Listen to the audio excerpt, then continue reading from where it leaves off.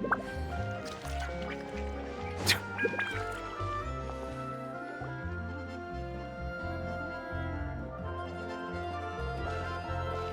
morning! Hayaka and I were just talking about you. Is Chevra still not joining us today? Probably not. We haven't seen her either. Huh? That's such a pity. Director Farina said that we've only got a few small scenes left before wrapping up the entire thing. She even said that she'll get me into a couple scenes, so everyone will have a chance to shine in front of the camera. We were also planning on having a victory feast once we're all finished filming. You can join us, right? If only Chevros was here. I still haven't taken a photo with her. I'm afraid that can't be helped. Those special patrol folks are like phantoms when they've got a case on their hands. But to be honest, I'm even more concerned by what I read in the Steambird earlier this morning. It said that the killer in the murder case was none other than the author of the 2 Musketeers. Oh yeah, I heard about that too. He came forward and confessed his crimes, but gave no explanation as to why he pulled the trigger. We didn't know about this case at all when we joined the film. Is it going to affect the reception of our work? From a pure publicity standpoint, this will draw a lot more attention to our film. I have to say, though, that no director can be perfectly comfortable with garnering attention through means other than artistic skill. To be fair, I feel like that ship sailed the moment you allowed yourself to be named as the director on our posters. It's not my fault that I'm super popular. What was that saying again? My popularity has, Sunk to an all-time low? spread to the 4 corners of Teyvat.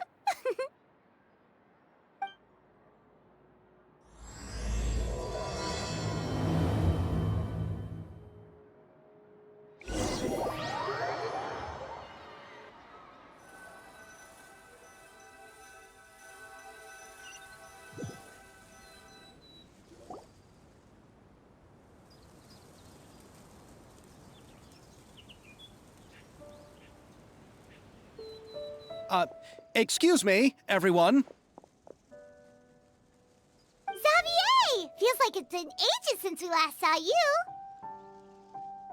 I've been talking non-stop with the Film Association, and I'm absolutely swamped trying to coordinate the film's marketing. So forgive me for not being around more often, but please believe me when I say that I will make sure everyone's hard work gets the exposure it deserves. Oh, seems like you've been fighting your own battles. Yes, that's one way to put it. Oh, and before we begin the final round of filming, please allow me to finally introduce you to the original investor of our film, Mr. Morris. A pleasure to meet you all. Yes, glad to make your acquaintance, Mr. Morris. We've heard about the issues you've encountered with your financial situation, and genuinely hope that things have taken a turn for the better. Oh, well, the situation has indeed improved somewhat. Don't worry, Mr. Morris. Accidents and last-minute challenges happen all the time. There's no need to blame yourself over it. The good news is that we're almost done filming now, and I would even say that this is the best story I've ever seen. Is that so? I say that's great news. All right, now that we've gotten all the pleasantries out of the way, let's get the show on the road. We'll mostly be filming typical people and scenery from the streets today to improve the sense of environmental ambiance in some parts of the film. Oh, and there'll be a cameo for Mr. Kamisato and Miss Yoimiya as well. They'll be used to show outsider perspectives on the fates of the 2 Musketeers. That's right. Ayato should be here any minute. Excellent! Then let's start with the scenery shots. Camera and clapper loader, you're up. Yep, we'll be ready. Remember, all we need are some wide zoom shots of the streets. If you happen to find some particularly lovely patches of flowers and grass, feel free to grab some close-ups of those as well. Ready? Lights! Camera! Action! Okay, now move the camera slowly. Try to focus on that flower. What's wrong? Just adjust the focal length a bit. Something the matter? Huh? But wasn't it working fine for all the days before? Veronique, can we try a different camera? No problem. How about this one? All right, let's give it another try. Lights! Camera! Action!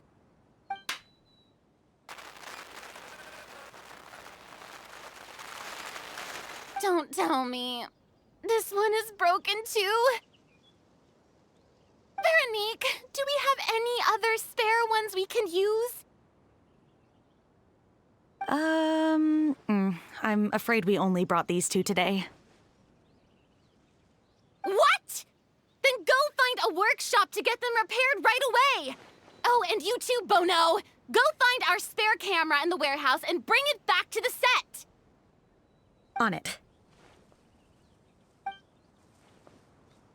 Greetings, everyone. My apologies for the delay.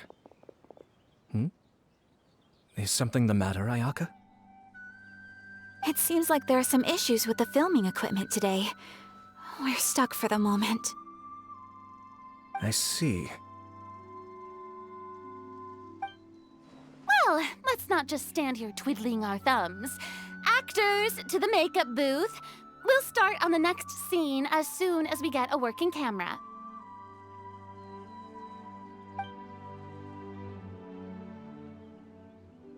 The people at the workshop told me that the part which holds the lens in place seemed to have fallen off. That's super strange. It was perfectly fine just yesterday. Well, no time to dwell on that now. Let's get back to filming. Ahem! Quiet on set! Places, everyone! Lights! Camera! Action! By the way, have you heard about that recent murder case? Yes, I have. It seems that they've caused quite the commotion in the city. I heard that the chief of the guards is so mad about not catching the culprit that he's about to explode. Oh? I find that quite hard to imagine, considering how he already looks most days.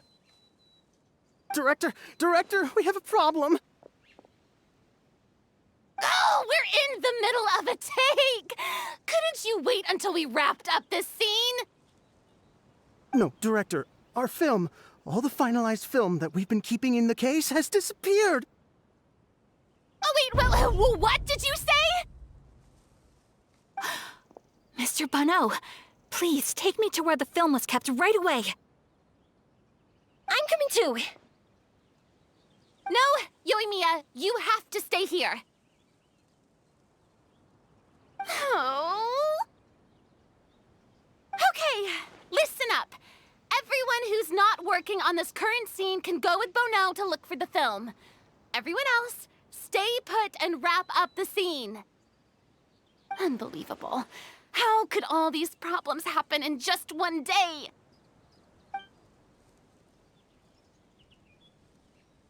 We're back. How did it go? Did you find the film? We found it in the sewers. Huh? In the sewers? Is the film still okay? We discovered it just in time, so we should still be able to salvage it. The others are checking now to see if we lost any specific scenes. You scared me for a moment there. I nearly thought we had lost everything. I really don't want to experience that feeling of despair again. Okay, but who could have stolen the film and dumped it there?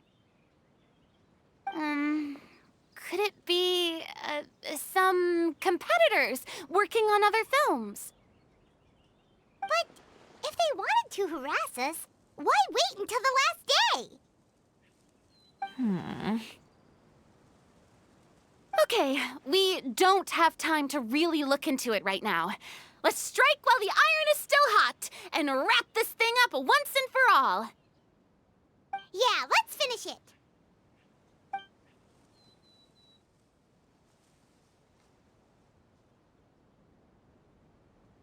I would like to officially announce that our entry to the festival, The Two Musketeers, has now concluded filming! Paimon is spent. It's so late already.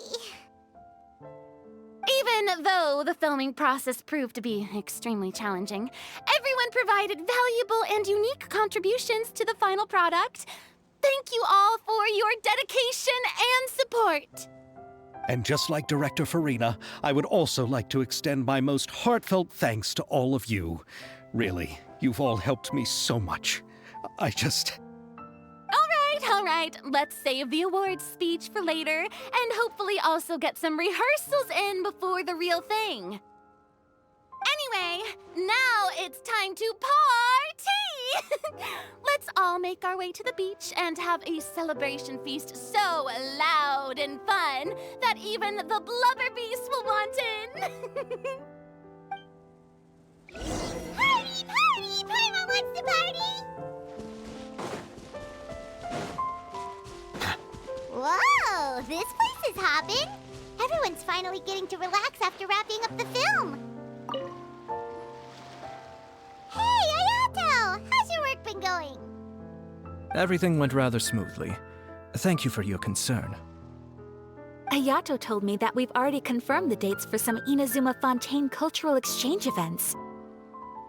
So the next time we visit, we'll be doing so in our capacities as the representatives of the Yashiro Commission. Oh, that's great! Then maybe Paimon will be able to find Fontaine detective novels in Inazuma from now on! Oh, wait. Wouldn't Yaimiko get upset if that happens? That would be stealing some of her business. You've got a point. She's always complaining that light novels have become bland and too predictable after all. The cultural exchange won't only feature literatures of both nations, of course.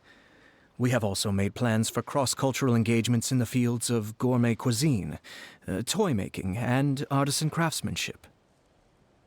Whoa! Paimon's getting super excited now! When the time comes, be sure to visit and participate in all the events.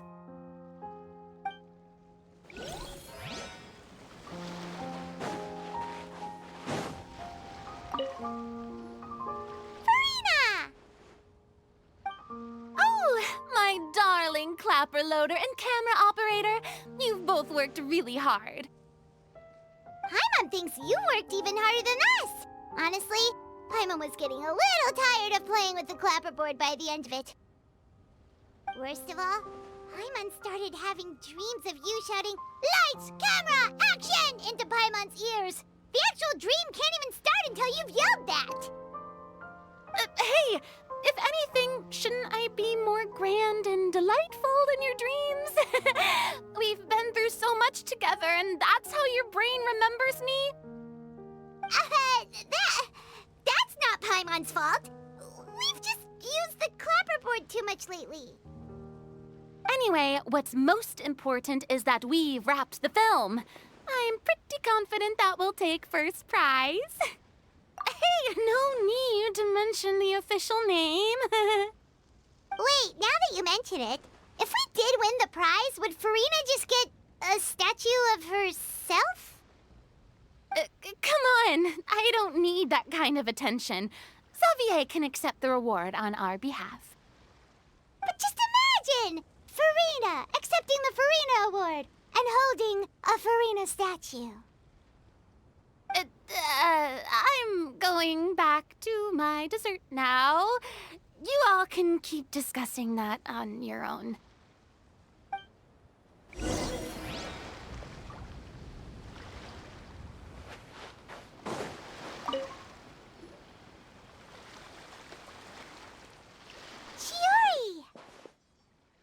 Hey, you two. Are you not really into these kinds of big social occasions? Not particularly. But this is still better than Fontaine Fashion Week. But if this film becomes a big hit, people will definitely come flocking to your shop. Yes, that's highly likely. As long as the film can premiere as planned. Are you still worried about the case? That and all the obstacles we had to face today. You're right. It's as if all our bad luck just manifested at once. But why today of all days?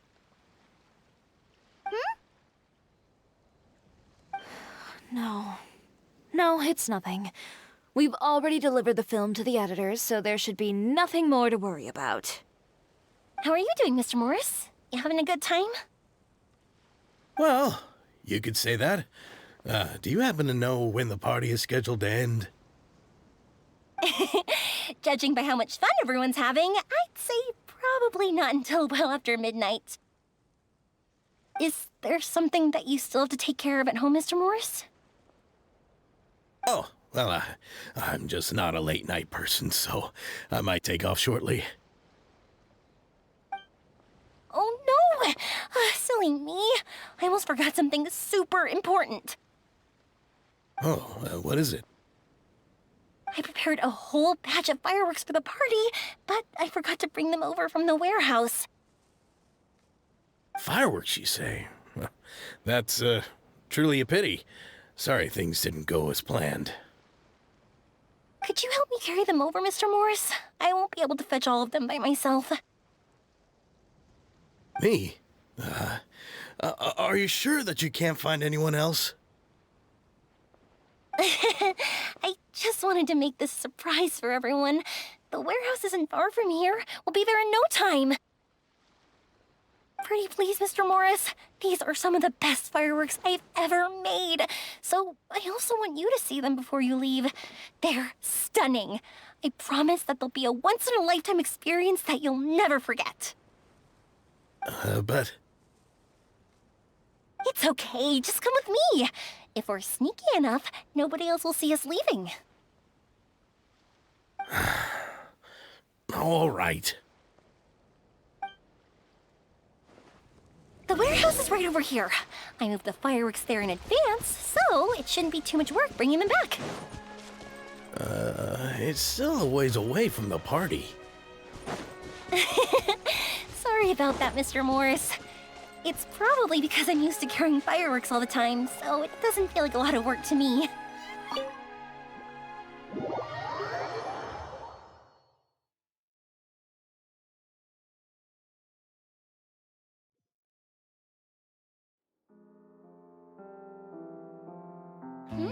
It's dark in here. Wait here, Mr. Morris. I think the light switch should be somewhere over here. Why did I have to get roped into this? What was that?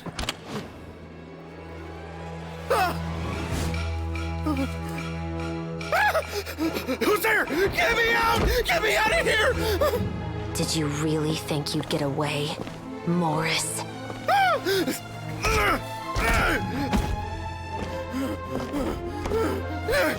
You've got the wrong guy. It wasn't me. I'm not the killer. You know, Eliza died a far more heroic death than this. She fought your assassin to the end, to save the children she had hidden beneath the floorboards.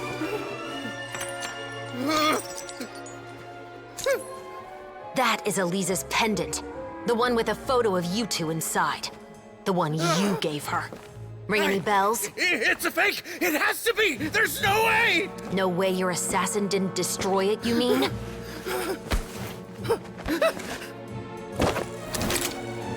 Did you ever love her, Morris? Or was killing her always the plan? No, please. Listen to me. I told Eliza to keep us a secret. I paid her plenty for her silence. I never thought she'd keep the child. Everything was gonna come out, and I had no choice. She forced my hand. No! I'm begging you. I have money. Just name your price, please! You can keep your Mora, and you can go to hell.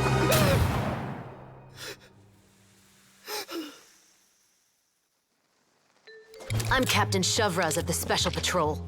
Morris, you're under arrest for Eliza's murder. Huh? Hmm?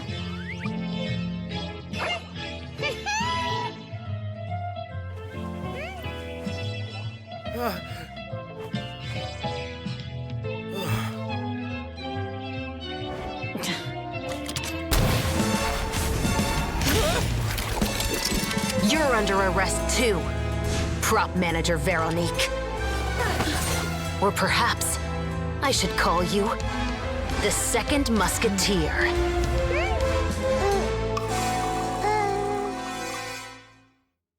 Wait, what's going on? This wasn't in the script. Drop the gun, Veronique. Why? Why would you keep me from exacting revenge on this heartless monster? Drop your weapon. This is my final warning.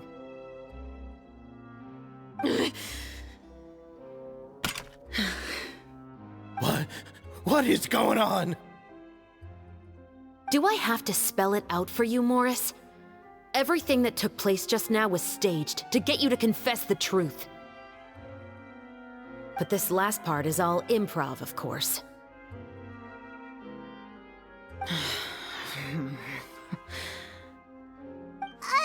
Shivers, you told us you wanted us to help you stage a play. You never said anything about the Second Musketeer. It's because even I had no way to confirm my theory until now. Thank you for your performance, Yoimiya. Could I trouble you to go and bring in the other Special Patrol members? They should be on standby just outside. Oh, and please tell the other cast members not to worry about us. We'll be rejoining them shortly. On it!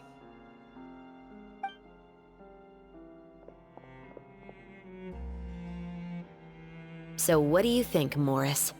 Care to talk about what happened 20 years ago? My patience is limited, you know. Don't force me to take you back to the interrogation room. I'd wager that you wouldn't last for more than a minute in there.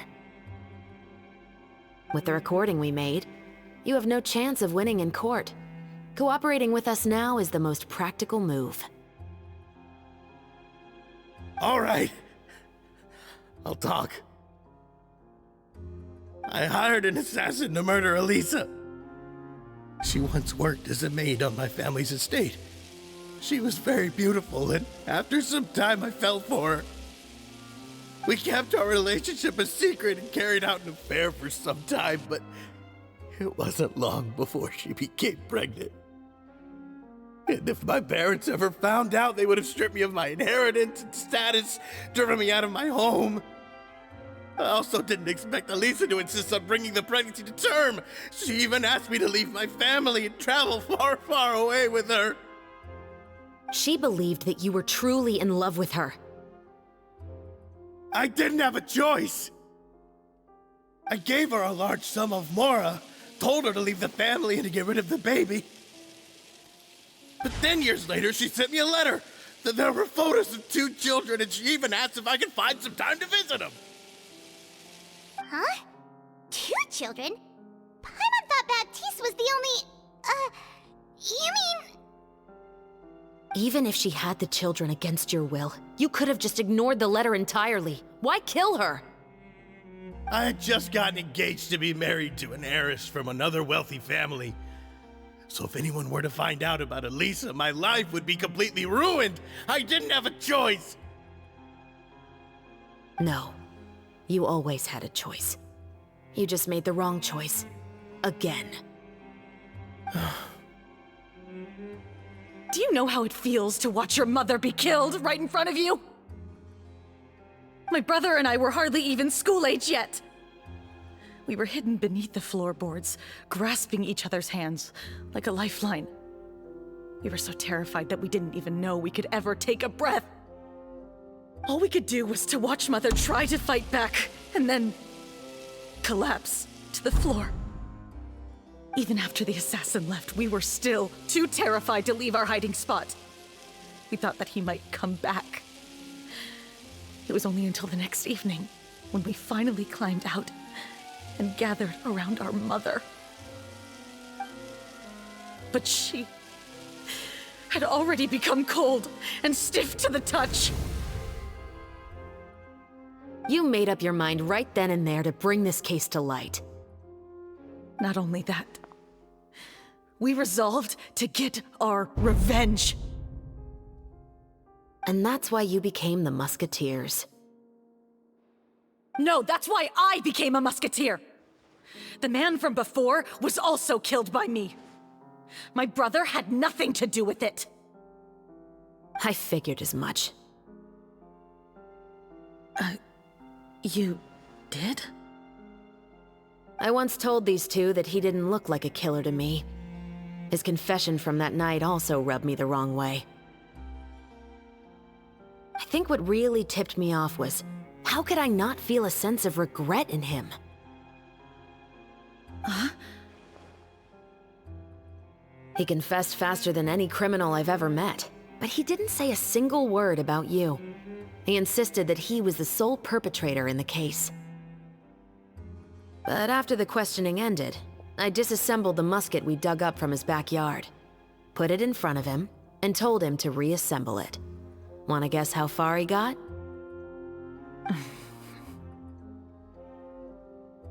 He had no idea where to even start. He's never touched a gun in his life. Based on that, I determined that he was not acting alone. He only surrendered himself to draw our attention and create a moment of opportunity for his partner. So, I decided to play along. And as expected, the second musketeer followed us without hesitation once she saw Morris get separated from the rest of the cast. Besides, why else would he call the novel The Two Musketeers? But how did you know it was Veronique? I figured it out the moment Baptiste told me his father's name. That so-called financial crisis was all just a ruse. He just wanted to sign up as the investor and then leave the film without any source of funding. After all, he has a vested interest in minimizing the reach of this story. It's really just the same thing as what he did to Eliza all those years ago. Human scum. But then Xavier pulled out all the stops and got the film made against all odds. Morris couldn't have that. With the killer in custody, he figured it was safe to act. And so he came to visit the set today, just as I expected. Wait, so you were behind all those mishaps today? As for the identity of the second musketeer, I assumed they'd probably stay close to Morris and look for an opening. And if they already knew that Morris was the film's investor, then that narrowed the list of potential suspects as well. Furthermore, being the props manager would allow the culprit to avoid scrutiny by purchasing mechanical parts in the name of the crew. With that hypothesis in mind, I went back to check Baptiste's orphanage adoption records. Guess whose name I saw on the same page, just a few lines from his. My brother. He trusted you. As in, he trusted me to perform the deed on his behalf? He trusted you to stand on the side of justice. I am. I thought you could do it as well. Oh, the look on your face when you told him to go to hell. I really thought you'd put a bullet in his brain. You know what he has done. Are you telling me that you'd rather see him spend the rest of his life living like a king in the fortress of Meripede? I will never be able to forget the feeling of my mother's cold, lifeless hands. And you would call this ending fair? Is this what you call justice? I won't lie, Veronique. I did hesitate when your brother first told me about the truth. I wondered. I agonized over whether I should really put a bullet in his head. So why don't you? Because that should never be how justice is carried out in this world. Perhaps, to you, justice is simply reciprocated. An eye for an eye, and a life for a life. But everyone has their own understanding of justice. If everyone were to pursue their own definition of it, there would be no more order in this world. Today, you'll kill Morris, and tomorrow, his children may come for you. The world cannot render judgments based on a desire for revenge.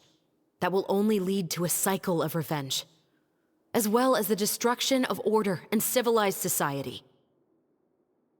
Fontaine is founded on a set of laws and a standardized code of justice. That is why we are the nation of justice. But with all that said, I will promise you this. Morris will not lead a cushy life in the fortress of Meripede. Chevreuse? The rest of the Special Patrol is here. Thank you so much, Yoimiya. Letelier, Terena, please take them away.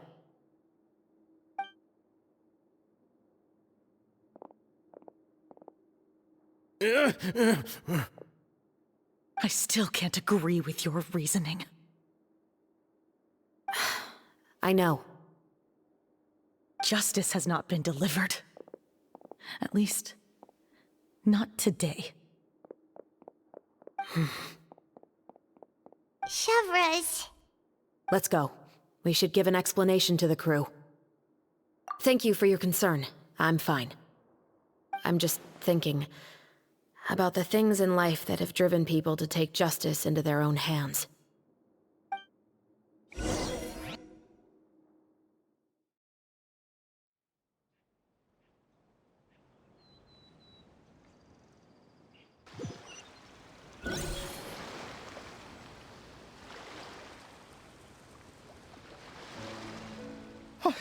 Who would have thought Morris would turn out to be... I'm at a loss of words. How could he have done something like this? I'm just glad that you're all safe and sound. Who knew that such a labyrinth of cases would be behind this story? Well, what should we do now? We have a finished film, of course, but should we still go ahead with the premiere? What do you mean? Shouldn't you be even more motivated to spread the word now that you've learned the truth? Shiori is right. I'd also like more people to see this story for themselves. But the real ending of the story seems to have deviated somewhat from the one in the script. Is that still acceptable to you, Miss Chevreuse? The call is yours. We still have time to reshoot an ending if that's what you'd like. No, it's fine as is. I like what we have for the catharsis. Romanticism is what gives works of art their appeal. Fiction is able to explore means of restitution that could never work in real life. Just like the real world, the world of stories also has its own set of rules and justice. These different possibilities are what initially drew me to reading in the first place. Sounds good to me. I support your decision. What about Veronique? Will she be okay? She will soon face her judgment alongside her brother and Morris. If I had to guess, they'll probably all be sent to the fortress of Meripede. I'll make sure to give Risley a heads up about it. Oh, you mean that kind of heads up? Exactly. Ahem. All right, then the matter's settled. Now that everything's been taken care of, there's no reason for us to keep looking all gloomy and grumpy. Let's get back to the feast and enjoy each other's company. We'll be starting the post-production process tomorrow.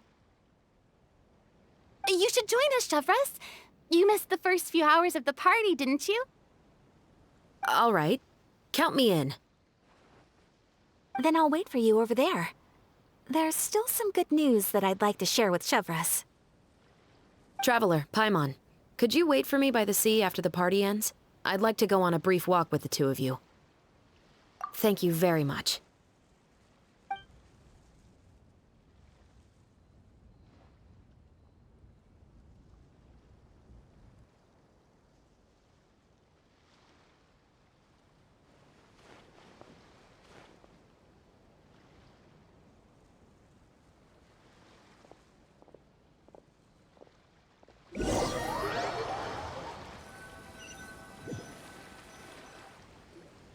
Sorry for the wait. Oh, we weren't waiting long at all. Is there something else you wanted to tell us? No, I don't have anything new to share. I just felt that since you were my investigation partners, I should have another conversation with the two of you. Traveler, how would you have responded to Baptiste's request if you were in my shoes? Is that so? Well, thanks for sharing. When I was young, my father often took me here to swim. We'd come rain or shine, even when it was freezing cold. He told me that swimming was the best activity to train one's strength of will. You could never give up before reaching the shore, especially when the water was cold. Oh? Why's that? Because the moment you give up would be the moment you die. At that point, I still hadn't received my vision. One winter, the chilly wind felt almost like knives on my skin, and the seawater was so frigid that it numbed my toes the moment I stepped in.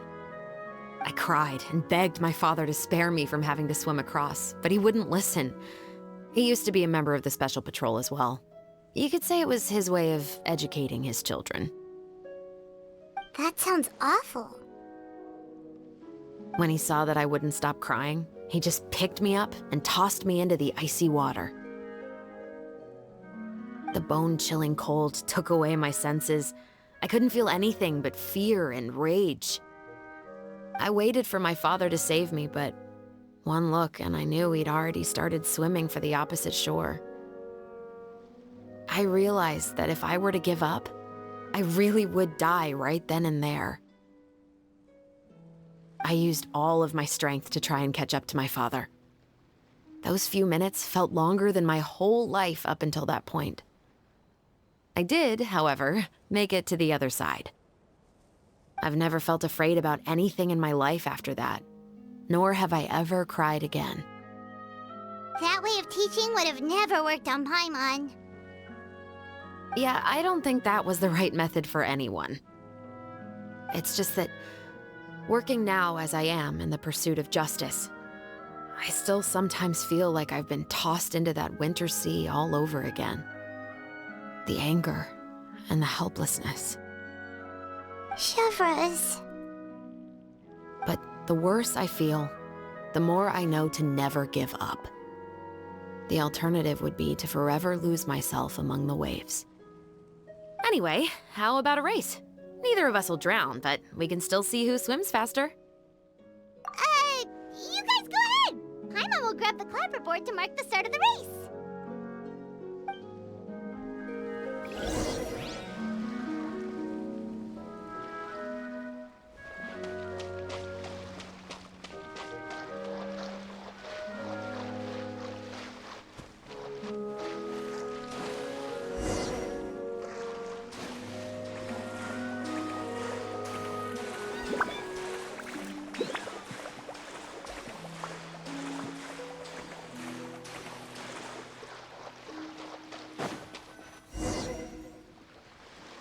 Oh, that felt good.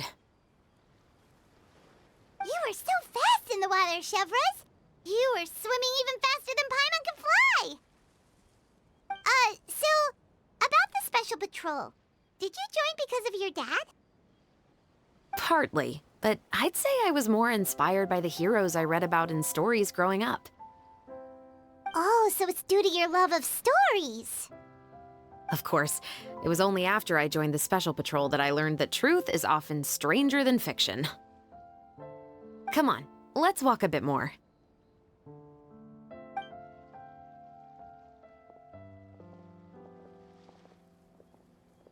To be honest, I do sometimes question whether the decisions I make are the right ones.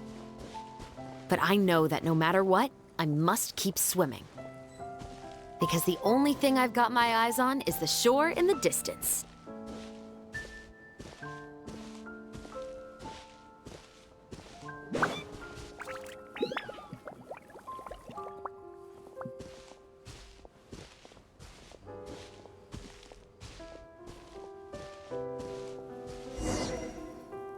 Thank you for coming on this walk with me.